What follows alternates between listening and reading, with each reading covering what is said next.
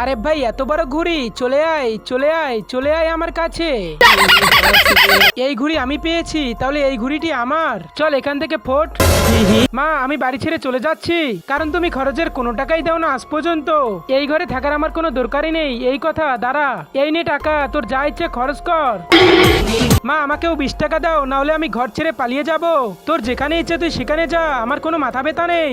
আজ বলবি 20 টাকা, কালকে বলবি 1 লাখ টাকা, আমি পারবো না, যা এখান থেকে। এই মা আমি তো 20 টাকাই চেয়েছি, এমন কেন করতেছো?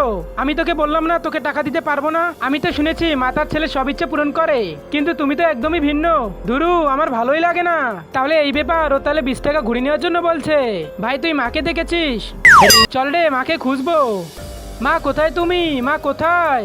পেয়েছিস? আরে না বোন, কোথাও পাইনি। আরে বোন ওইদিকে দেখ। আপনি যদি একটা লাইক দেন তাহলে কালকে 500 টাকা কুড়িয়ে পাবেন, আর সাথে একটা সাবস্ক্রাইব করলে আপনার বাবা আপনাকে একটি স্মার্টফোন কিনে দিবে। এই বল্টু এইদিকে আয়। জি মা বলো কি হয়েছে? এই নে এই ঘুড়িগুলো এবার ইচ্ছা মতো উড়া, সব ঘুড়ি তোর।